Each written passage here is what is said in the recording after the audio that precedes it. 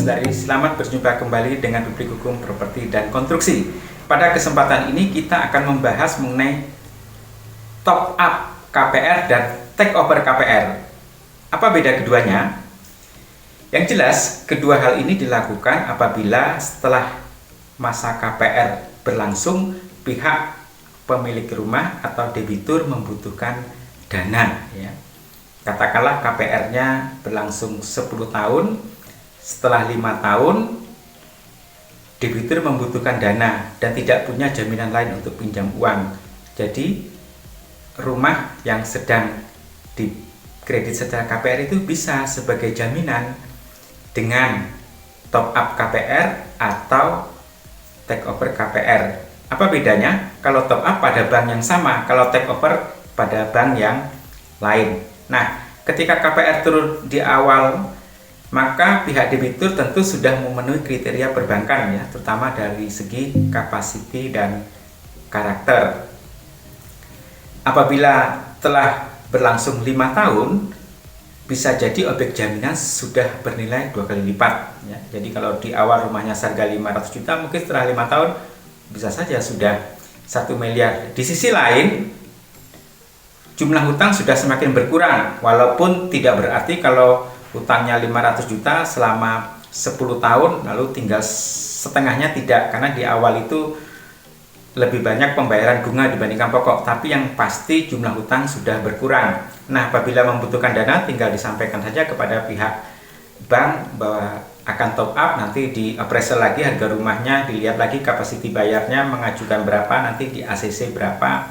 Maka prosesnya seperti awal dulu, ada perjanjian kredit, ada perjanjian pembebanan jaminan dan biaya-biaya yang perlu dibayar oleh pihak debitur. Nah, apabila bank asal tidak bisa memberikan sesuai dengan yang kita ajukan atau bunganya lebih mahal dari bank lain, kita dapat menggunakan bank lain dengan cara take over, ya. Jadi harus mencari bank yang nanti bersedia membuat perjanjian dengan debitur, padahal dokumen untuk pembebanan jaminannya masih ada pada bank asal.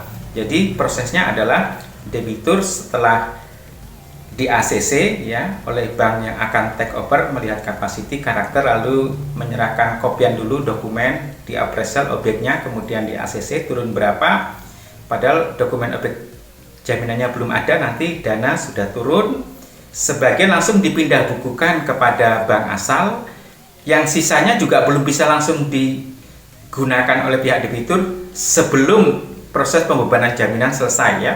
Jadi biasanya pihak bank pemberi take over akan mengontak pihak bank asal untuk menyerahkan semua dokumen pembebanan jaminan, sertifikat hak atas tanah, kemudian ada sertifikat hak tanggungan, ada IMB rumahnya, ada bukti lunasnya, ya, nanti untuk roya pada hari di mana bank take over itu mentransfer uang. Jadi kalau uangnya ditransfer pagi, harapannya pada hari itu juga semua dokumen tersebut diserahkan. Jadi biasanya petugas dari bank tersebut bersama dengan debitur datang ke lokasi bank asal, karena tetap aja penyerahannya itu harus kepada debitur dulu, debitur yang menerima kemudian diserahkan kepada bank yang akan men-take over.